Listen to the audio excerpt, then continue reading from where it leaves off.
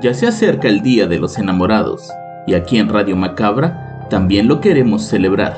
Aunque fieles a nuestro estilo, lo vamos a hacer dándole un toque de terror. Bienvenidos una semana más a Radio Macabra, su programa favorito de la noche. En esta ocasión les traemos una historia bastante escalofriante, que le sucedió a una pareja que planeaba celebrar como muchos, alejándose de la civilización, quedando a merced de un extraño personaje, y que afortunadamente sobrevivieron para contarlo. El episodio de hoy se titula El hombre del auto rojo, y es traído para ustedes solo aquí, en Radio Macabra. Éxitos que te matarán de miedo. Con esta historia abrimos el mes del amor, lo que significa únicamente que el terror está a punto de comenzar.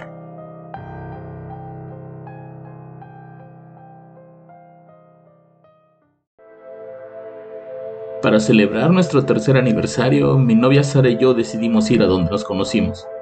Buscamos aquel campamento en internet, pero nos llevamos la extraña sorpresa de que ya no existía. Al parecer el lugar había cerrado por temas de dinero y la propiedad fue vendida a una empresa que la había convertido en un hotel de campo súper de lujo y exclusivo para turistas extranjeros. Los precios del nuevo lugar eran bastante altos y, para ser sincero, se salían de nuestro presupuesto. Por lo que tomamos la decisión de buscar un lugar parecido al que recordábamos y pasar ahí unos días cercanos a la fecha de los enamorados.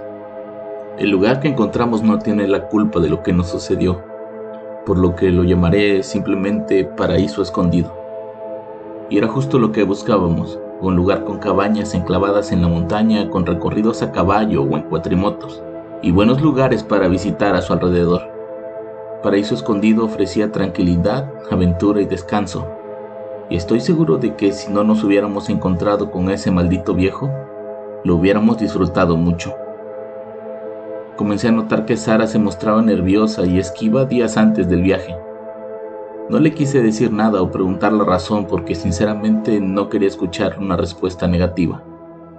Veníamos de tener algunos meses difíciles para nuestra relación y algo dentro de mí me hacía dudar sobre si seguir o no con ella. Me imagino que a ella le pasaba algo similar y por eso propuso lo de volver al lugar donde todo comenzó. Cuando salimos a la carretera, la primera mitad del viaje fue bastante agradable. Hablamos como pocas veces en el último año e incluso ella empezaba a mostrarse cariñosa, atenta y divertida.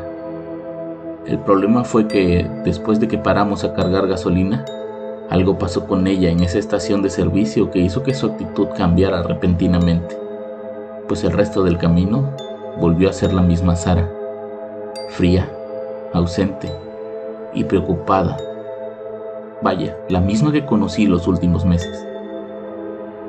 Según el mapa podemos seguir por la carretera o atravesar este camino, le dije para romper el silencio con la esperanza de que ella tomara el teléfono y me dijera qué camino tomar. Sin embargo, solo me contestó que el camino que fuera más corto, que ella solo quería llegar. El camino más corto era atravesando parte de la montaña por un camino rural que ni siquiera tenía fotografías de la aplicación de mapas. No estaba muy seguro de meterme ahí, pero con tal de llegar rápido, lo hice. La tarde cayó rápidamente mientras conducía por ese solitario camino boscoso. De repente el motor del auto comenzó a emitir extraños sonidos y en el tablero se encendió el indicador de un sobrecalentamiento, haciendo que me detuviera a la mitad del camino. De la parte del motor salía humo, por lo que de inmediato fui por el extintor para apagar un posible fuego. Pero al abrir el cofre pude darme cuenta que la manguera del anticongelante estaba cortada. No podíamos seguir así. Podía echarle agua al depósito, pero todo se iba a salir. Estaba seguro de que había revisado el auto antes de salir, incluso lo había mandado al taller días antes para que checaran cualquier desperfecto. No había mucho que hacer más que llamar a una grúa, pero por estar a mitad de la nada, mi teléfono no tenía señal. Sara se puso muy nerviosa, yo diría que asustada. Comenzó a decirme que tomáramos las cosas y camináramos hasta encontrar a alguien, que la noche iba a caer y no quería quedarse ahí esperando a que alguien nos hiciera daño. De pronto vimos un auto acercarse desde un extremo de la carretera. Lo recuerdo bien. De hecho, nunca voy a olvidar aquel auto Seat color rojo con los vidrios polarizados, que al estar cerca de nosotros bajó la velocidad y desde el interior nos observó. Avanzó unos 100 metros y se detuvo. En ese momento Sara me dijo que nos fuéramos de ahí como si supiera algo, que no quería saber nada de ese lugar o del hombre que se había estacionado adelante. Al principio también tuve miedo, pues no sabía quién venía dentro hasta que un hombre de unos 30 años bajó del auto y dio unos pasos hacia nosotros. El tipo era joven, de complexión atlética, cabello negro y corto. Iba bien vestido, no parecía ser un campista o un lugareño. Se notaba que vivía bien y por su porte parecía ser de la ciudad. A simple vista no parecía ser una amenaza. Bueno, excepto para Sara, quien de inmediato comenzó a jalarme del brazo para que nos alejáramos de ahí. Casi de la nada, una camioneta vieja y destartalada apareció en el camino, y Sara de inmediato comenzó a hacerle señas para que se detuviera. Dentro venía un hombre delgado de unos 50 años y con una voz muy peculiar. Hablaba como si fuera un moped. ¿Los puedo ayudar?, preguntó el hombre con esa peculiar voz desde su camioneta. Sí, necesitamos ayuda con el auto de mi novio, contestó inmediatamente Sara. ¿Qué le pasó? Se calentó por una manguera que se rompió, contesté mientras veía al joven del auto rojo regresar e irse de ahí. ¿El auto de adelante viene con ustedes?, preguntó el viejo. No sabemos quién es, pero pues necesitamos que usted nos ayude. El hombre nos dijo que él no era mecánico, pero que conocía a uno muy bueno en un pueblito más adelante, que solo teníamos que llegar hasta donde se ve una iglesia y doblar a la derecha. Ese camino nos llevaría directo al pueblo. El hombre se bajó a ver el auto, le puso agua al depósito y unió la manguera con un pedazo de tela que cortó de su camisa. Con esto llegan, nos dijo mientras se retiraba. Ah, y otra cosa, cuando lleguen con él, díganle que va de parte de Braulio, dijo mientras se subía a su camioneta y se iba como alma que lleva el diablo. Sin estar completamente seguro, seguí las instrucciones del hombre y me adentré en ese cada vez más oscuro camino. El silencio era ensordecedor, solo roto por el crujir de las hojas que pisábamos con las llantas del auto. Tras un trayecto angustiosamente largo, llegamos a un pequeño pueblo, casi oculto entre la espesura. En el pueblo se podía ver gente caminando. No parecían querer interactuar con nosotros, pues por más que pedíamos ayuda o indicaciones, solo nos miraban con desdén y seguían su camino. Pronto ese camino nos llevó hasta el taller mecánico decadente, donde un anciano de aspecto siniestro se ofreció a reparar el auto. El hombre no parecía estar muy bien de salud. Tosía cada 3 palabras y su mano derecha temblaba compulsivamente, pero nos mostró la pieza que buscábamos y dijo que solo tardaría unos minutos en instalarla. Mientras esperábamos, quise saber por qué Sara estaba tan asustada. Quería saber por qué le había tenido tanto miedo al tipo del auto rojo.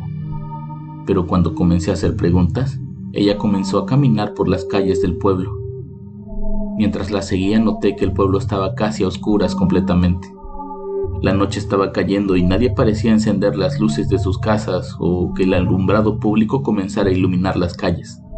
Además, era extraño ver tanta gente en la calle y que hubiera un silencio casi sepulcral. Sorprendidos con el ambiente extraño y tétrico de ese pueblo, volvimos al taller a presionar a que el coche estuviera lo antes posible, pero justo antes de llegar, vimos aquel auto rojo con los vidrios polarizados.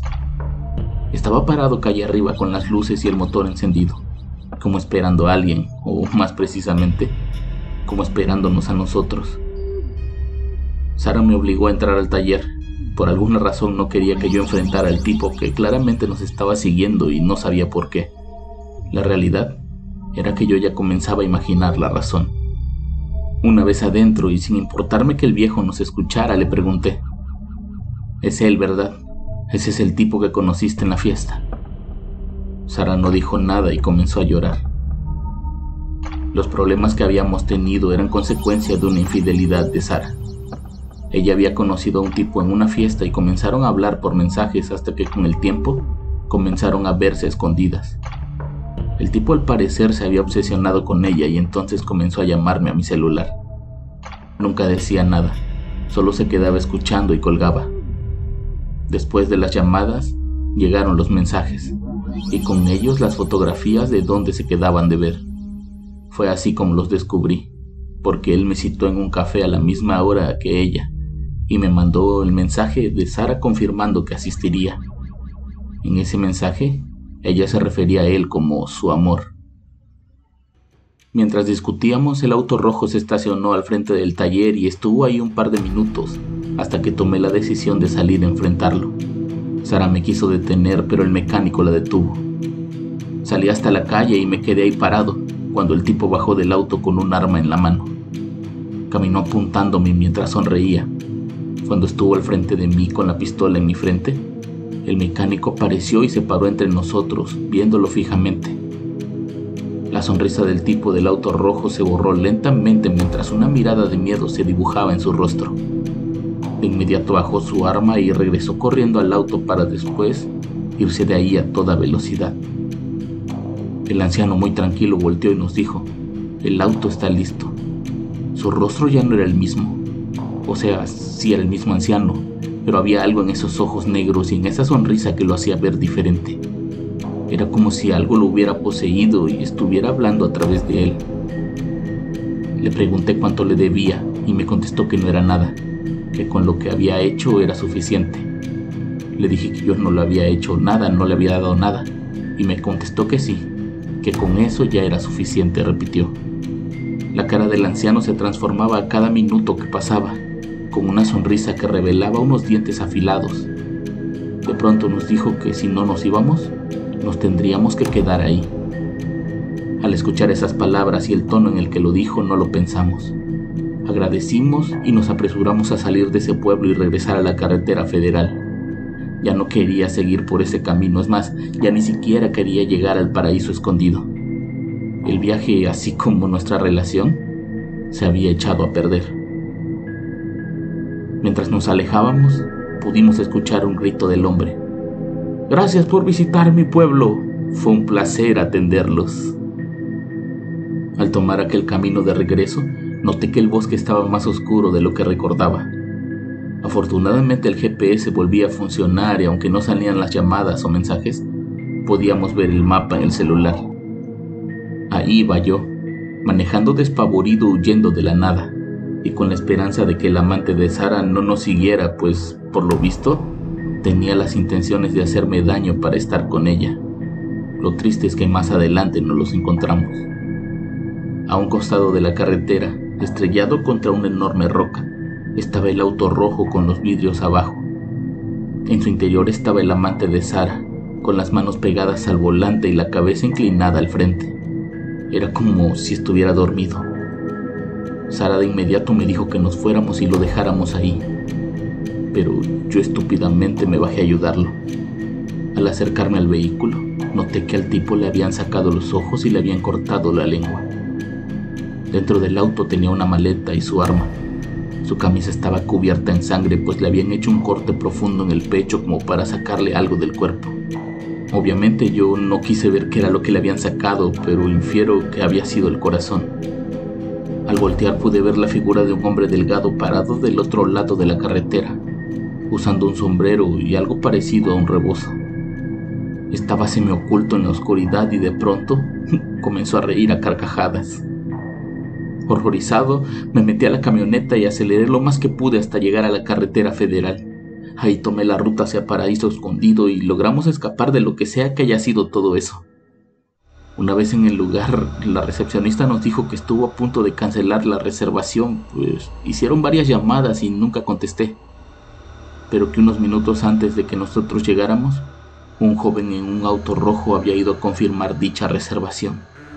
Al escuchar eso solo le dije que habíamos tenido un problema mecánico en el camino y que eso nos había quitado mucho tiempo, pero que no habíamos mandado a nadie en un auto rojo. La empleada nos dijo que de todos modos no pasaba nada y que ya estábamos ahí para disfrutar de un gran fin de semana. Yo tenía la intención de pasar ahí la noche para no regresar por el camino, así que pedí que nos dieran una habitación con camas separadas. Y mientras esperábamos, Sara se acercó a mí con un folleto turístico de la zona. En dicho folleto se podía leer que uno de los paseos más populares era la visita a un pueblo fantasma a unos kilómetros de ahí, donde la leyenda cuenta que de la noche a la mañana Todos los habitantes del pueblo desaparecieron y nunca más nadie supo de ellos. Para llegar ahí había que tomar el mismo camino que habíamos tomado antes, llegar a una iglesia a un costado de la carretera y tomar la derecha hacia llegar al pueblo. Aquella iglesia fue construida después de la desaparición de los pobladores, pues se dice que fue el mismo diablo quien llegó por esas almas de la gente del pueblo, quienes se dedicaban a cometer crímenes horribles en los pueblos y ciudades cercanas. Al ver eso, la piel se me erizó y comencé a sentir mareos y ganas de vomitar. En ese momento no lo pensé, cancelé la reservación y regresamos a la ciudad. A Sara la volví a ver 2 semanas después para entregarle algunas cosas que había dejado en mi casa. Se le veía mal y muy desmejorada. Me pidió perdón por todo lo que había sucedido. Al final se despidió de mí jurándome que lo que sentía por mí era real y que a pesar de que ya no íbamos a estar juntos, quería guardar el recuerdo de nuestra relación para siempre. Lamentablemente me dieron la noticia de su muerte una semana después. Había dejado una nota en la que decía no soportar la culpa y la vergüenza, por lo que prefería ya no estar aquí.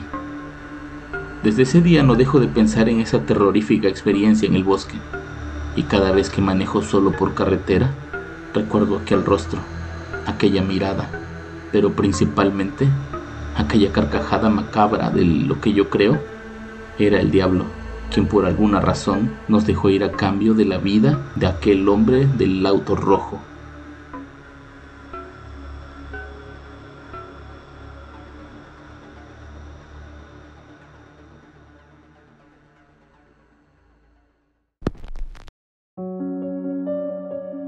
Y bueno, si tienen algo que decirle a sus parejas, este podría ser un buen momento. No vaya a ser que alguien aparezca para arruinarle sus planes de San Valentín.